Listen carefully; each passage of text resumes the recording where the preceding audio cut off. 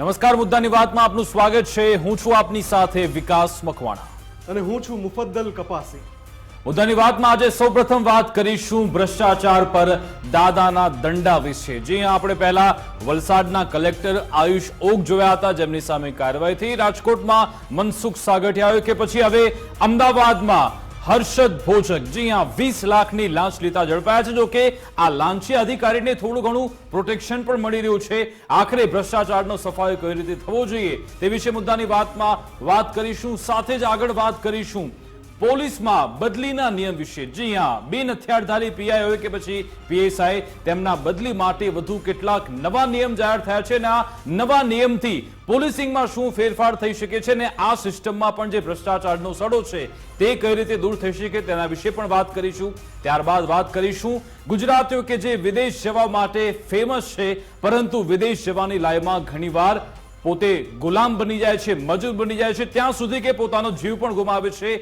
તે વિશે વાત કરીશું. સાથે સાથે શું બસ ખાડામાં ગઈ છે કે આખી સિસ્ટમ ખાડામાં ગઈ છે તે વિશે પણ વાત કરીશું. અને અંતે સાયબર ફ્રોડનો જે શિકાર બને છે મધ્યમ વર્ગીય પરિવારો, તેમના માટે સરકારે ખૂબ જ મહત્વનો નિર્ણય કર્યો છે તે વિશે વાત કરીશું. પરંતુ સૌપ્રથમ વાત કરીશું ભ્રષ્ટાચાર પર દાદાના દંડા વિશે.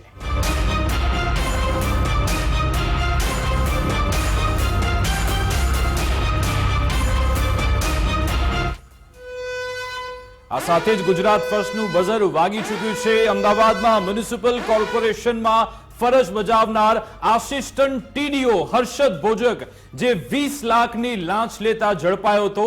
આમ તો 50 લાખની લાંચ માંગી હતી, 1.5 કરોડની લાંચ માંગી હતી, પરંતુ અંતે 20 લાખમાં નક્કી કર્યું હતું. પરંતુ આ 20 લાખની લાંચ લેતા હર્ષદ ભોજક રંગે હાથ ઝડપાયો હતો. તેનો વચેટિયો પણ લાંચ લેવા પહોંચ્યો હતો. આશિષ, આ બંનેને આજે એસીબીએ કોર્ટમાં રજૂ કર્યા હતા, રિમાન્ડની માંગ કરી હતી. જોકે હવે 3 દિવસના રિમાન્ડ મંજૂર કર્યા છે.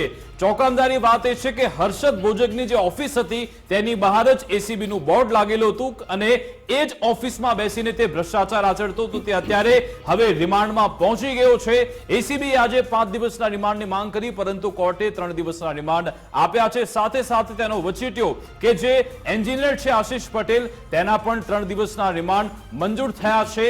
હર્ષદ ભોજકના ઘરેથી અધધ 73 લાખ જેટલી રોકડ રકમ મળી આવી છે. જી 73 લાખ જેટલી રોકડ રકમ, સાથે સાથે 5 લાખનું સોનું પણ તેની પાસેથી મળી આવ્યું છે. હવે આ રિમાન્ડ દરમિયાન તપાસ થવાની છે. ખાયકીનો આ જે આખો ખેલ છે એમાં ઘણા બધા સવાલો ઉઠે છે. દાદાનો દંડો જરૂરથી ચાલે છે, પણ સવાલ એ થાય છે કે જ્યારે આ પ્રકારના ભ્રષ્ટ કે જે રંગે હાથ ઝડપાય છે, જેમની પાસેથી નાણાં મળી આવે છે, તમે જુઓ નોટોના બંડલ મળી આવ્યા છે એમના ઘરેથી જ્યારે એસીબીએ રેડ પાડી ત્યારે. આવા જે લાંચિયા અધિકારીઓ છે એ ઝડપાય છે ત્યારે બીજી જે ઘટના થાય છે એના ઉપર ઘણીવાર માથું શરમથી ઝૂકી જાય. કેમ કે યાર, તમે આવા અધિકારી કે જેના પર તમે જેને રંગે હાથ ઝડપી લીધા છે, જેમના ઘરેથી તમે ખૂબ જ મોટી માતબર માત્રામાં રોકડ રકમ ઝડપી છે, જે બિનહિસાબી નાણાં છે, એ ઝડપ્યા પછી જ્યારે તમે એને રિમાન્ડ માટે કોર્ટમાં લઈ જાઓ છો તો પછી એનો ઢાંક પીછાડો કરવાની કેમ જરૂર પડે છે? કેમ તમારે એને પાછળના ગેટથી લઈ જવાની જરૂર પડે છે? કેમ તમે મીડિયાથી છુપાવવાની હરકત કરો છો? એના જે પણ રાઇટ્સ છે એ મીડિયા સમજે છે, પણ એના માટે થઈને તમે એને પાછળથી કેમ લઈ જાઓ છો? છુપાવો છો શા માટે? દ્રશ્યો છે ફૂલ સ્ક્રીનમાં દર્શાવો. પીસીઆર ટીમ આ દ્રશ્યો જે છે તમે જુઓ. હર્ષદ ભોજક આ દ્રશ્યમાં દેખાય છે, રીતસર ભાગે છે. આ આજની ઘટના છે, આજના દિવસની, જ્યારે કોર્ટમાં રજૂ કરવામાં આવ્યો હતો અને મીડિયા તેની સાથે વાતચીત ન કરે, મીડિયામાં તેના વિઝ્યુઅલ ન આવે, તે માટે એસીબીએ તેને પૂરો સહયોગ કર્યો હતો. બે વાર મીડિયાથી બચાવવાનો પ્રયત્ન એસીબીની ટીમે કર્યો હતો. જ્યારે કોર્ટમાં લાવ્યા, કોર્ટમાંથી લઈ ગયા, બંને વખતે પહેલા તો -1 ગયા, -2 ગયા, બેઝમેન્ટમાં ગયા અને ત્યાંથી પછી ફરી એકવાર લિફ્ટમાં રાખીને તેને તુરંત જ ત્યાંથી બહાર કાઢ્યો. આખરે કેમ આ ઢાંક પેચાડો થઈ રહ્યો છે? કેમ આજે એક બાદ એક ભ્રષ્ટાચારીઓ છે તેમને છાવરવામાં આવી રહ્યા છે? એસીબી પર અત્યારે સવાલ ઉઠી રહ્યો છે. મુફદ્દલ, વિકાસ, જ્યારે રાજકોટમાં જે સાગઠિયાની ધરપકડ થઈ અને જ્યારે એને કોર્ટમાં લઈ ગયા ત્યારે પણ એ ઘટના બની હતી અને મીડિયાએ મુદ્દો ઉઠાવ્યો હતો કે કેમ સાગઠિયાને સ્પેશિયલ ટ્રીટમેન્ટ આપવામાં આવે છે જ્યારે એ અપરાધના કઠેડામાં છે. એનું કોઈ સારા કામ માટે સન્માન નથી થવા જઈ રહ્યું. એ આરોપોના વચ્ચે ઘેરાયેલો વ્યક્તિ છે, એની સામે કાયદેસરની કાર્યવાહી થઈ રહી છે એવા સમયે જો તમે આમાં તમે દેખાય છે જે અધિકારી છે પાછળથી ધક્કો મારે છે હર્ષદ અને પછી ભોજકને. ભાગવા લાગે અને હર્ષદ પછી ભાગવા લાગે છે. એટલે પહેલેથી જ કહી દેવાયું છે કે મીડિયા ત્યાં હશે. જો તમે પોલીસ અધિકારીને પણ ભાગતા જોઈ શકો છો આ દ્રશ્યોમાં. જી એટલે આ પ્રકારની હરકત રાજકોટમાં પણ થઈ, આ પ્રકારની હરકત અમદાવાદમાં પણ થઈ રહી છે. કારણ શું છે? આ પ્રકારે આવા જે લાંચિયા છે જે ઝડપાઈ ચૂક્યા છે, જેની ભ્રષ્ટ કરતૂતો, ભ્રષ્ટ હરકતો સામે આવી ગઈ છે. કર્મીઓ છે તેમને તો ખુલ્લા પાડવા જરૂરી છે, તેમને તો લોકોની સમક્ષ લાવવા જરૂરી છે કે આ જે ભ્રષ્ટ કર્મીઓ છે કે જે નોકરીમાં શેના માટે આવ્યા હતા, તમારી મારી સૌ કોઈની સેવા કરવા માટે આવ્યા હતા, પરંતુ આ તો મેવા ખાઈ રહ્યા છે. અને તમે જો પાપ કર્યું છે તો પછી હવે તમારે સામે આવવું પડશે. કેમ તમે ડરી રહ્યા છો? ને અહીંયા પોલીસના કર્મીઓ કે પછી એસીબીના અધિકારીઓ કર્મીઓ તેમની સામે પણ તપાસ થવી જરૂરી છે. કારણ કે ભૂતકાળનો ઘણા બધા એવા દાખલાઓ છે મુફદ્દલ કે જેમાં પહેલા તો સારી એવી રકમ સાથે સરકારી કર્મીઓ ઝડપાય છે, પરંતુ કોર્ટમાં આ રીતે કાર્યવાહી થતી રહે છે અને પછી અંતે તે અધિકારીઓ છે વિકાસ, મને યાદ આવે છે મેં એસીબીના એક ઉચ્ચ અધિકારી જે નિવૃત્ત થઈ ગયા એ બાદ એમણે એક ઇન્ટરવ્યુ આપ્યું હતું.